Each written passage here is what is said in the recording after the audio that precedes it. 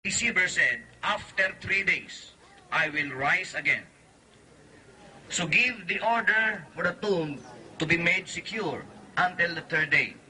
Otherwise, his disciples may come and steal the body and tell the people that he has been raised from the dead. This last deception will be worse than the first. Chapter 24, verse 11, ito na ho yung nangyari. While the women were on their way, some of the guards went into the city and reported to the chief priest everything that had happened. When the chief priest had met with the elders and devised a plan, they gave the soldiers a large sum of money, telling them, "You are to say, his disciples came during that night and stole him away while we were asleep. If this report gets to the governor, we will satisfy him and keep you out of trouble." So the soldiers took the money and did as they were instructed. And this story has been widely circulated among the Jews to this very day. Narito po ang isang talata na nagsasabi na ang pagkalibing ng Panginoong Hesukristo ay pinatutuhanan. Doon pa nga po siya nailibing sa libingan na nakahanda para kay Joseph Arimatea. At nang dumating po yung araw ng kanyang pagkabuhay, nakita ng mga gwardiya na nagbantay, sapagkat pinabantayan po ang kanyang libingan. Sapagkat sabi nung mga Pariseo, baka daw ito ay nakawin ng kanyang katawan at sabihin nabuhay na maguli. Kaya humingi pa ng pahintulot kay Poncio Pilato. Subalit,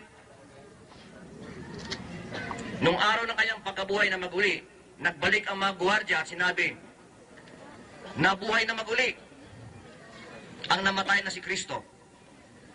Ang ginawa, binigyan ng malaking pera.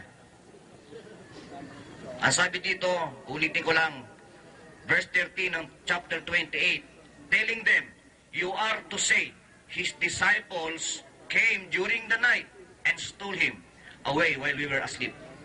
If this report gets to the governor, we will satisfy him and keep you out of trouble." So the soldiers or the guard took the money and did as they were instructed.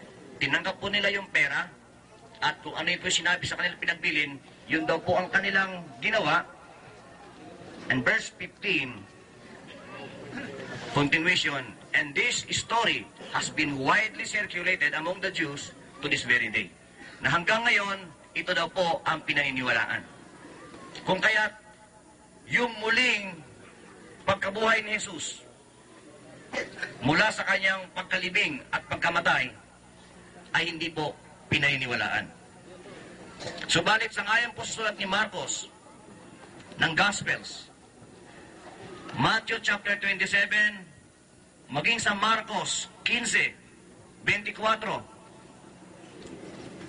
sa Lucas 23:33, at Juan 19:23, maliwanag po, nakasulat po sa Biblia na siya ay naipako sa krus,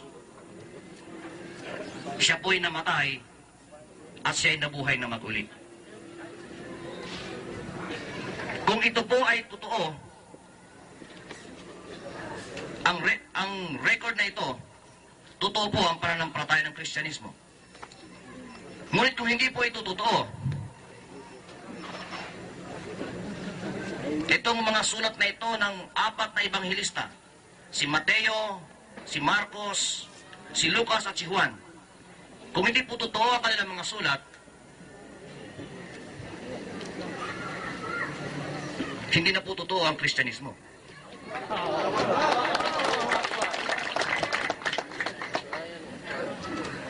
At sa milyon-milyong Kristiyano sa buong mundo, kung ito po ay totoo, at tama po sila,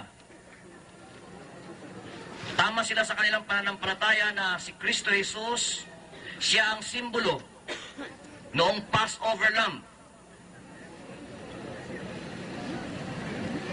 Siya ang katuparan noong kordero ng Diyos na mag-aalis sa sala ng lahat ng mga tao sa John 1:29.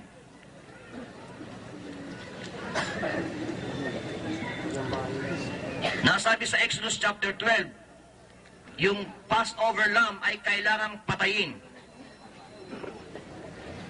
Sapagkat ang gagamitin po ay yung kanyang dugo na ilalagay sa pintuan ng kanilang mga bahay. Nang pananampalataya ngayon ng Kristiyano, yung bahay na yon ay puso. Sabi sa Revelation 3:20, "Behold, I stand at the door and knock. If anyone opens the door, I will come in." Ang pintuan na yun ay pintuan ng mga puso ng mga tao na kung saan, kung sila ay may pagsampalataya kay Kristo Jesus, sa labas ng kanilang puso, nandoon, naka-apply ang dugo ng kordero na tumutukoy kay Kristo, at ito'y naka-apply by faith sa pamamagitan ng kanilang pananampalataya at paniniwala sa tinapos na gawain ni Kristo sa krus. At sa loob ng kanilang puso ay tinanggap nila ang roasted lamb. Tinanggap nila si Kristo bilang kanilang Panginoon at tagapagligtas. Ito po ang tinutukoy na kordero, si Kristo. At sa halos lahat ng bahagi ng New Testament, 27 books ng New Testament, ito po'y tumutukoy kay Kristo Jesus.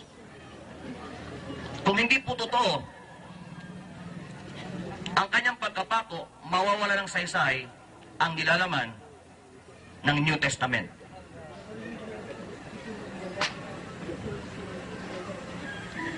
Kung kaya't ang usapin ay naroon na sa totoo kaya ang nilalaman ng New Testament, ang Biblia ng Kristyanismo, o hindi.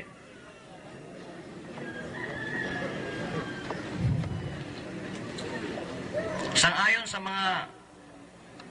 aklat na ito na kinabasa at sa mga sinabi ni kapatid na ustad, ang Quran ay walang mali.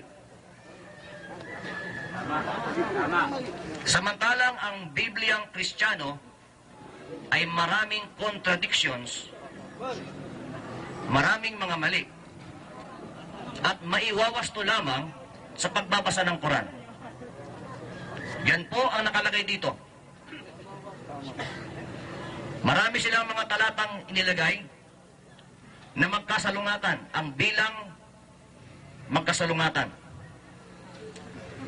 Wala akong posisyon para basahin at tingnan kung totoo nga na ang nilalaman ng Quran ay tama, sapagkat wala akong Quran. Hindi pa ako nakakabasa ng Quran. Ngunit kung may pagkakataon ako makapagbasa ng Quran, babasahin ko yon na may buong pusong pagbabasa at hahanapin ko ang katotohanan. At maaari, pwede rin na makakita ako ng mali doon, na pwede rin nating pag-usapan yon.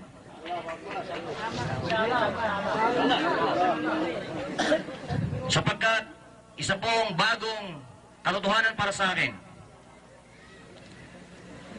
na ang Quran ay walang mali at ang Biblia ng Kristyanismo ay may mali.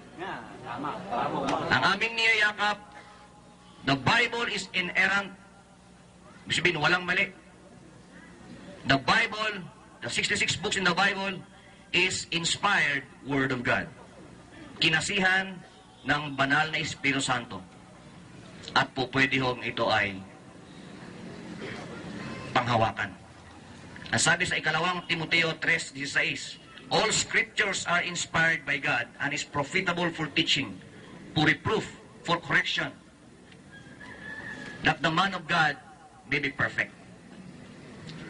Pwedeng panghawakan, pwedeng ipangturo, pwedeng ipangsaway, upang ang isang lalaking nais mamuhay sa ilalim ng Diyos o sa kapangyarihan at kalooban ng Diyos ay maaaring maging sakdal. Yun po ang nakalagay doon. Yun ang pinaniniwalaan at pinanghahawakan ng Kristyanismo.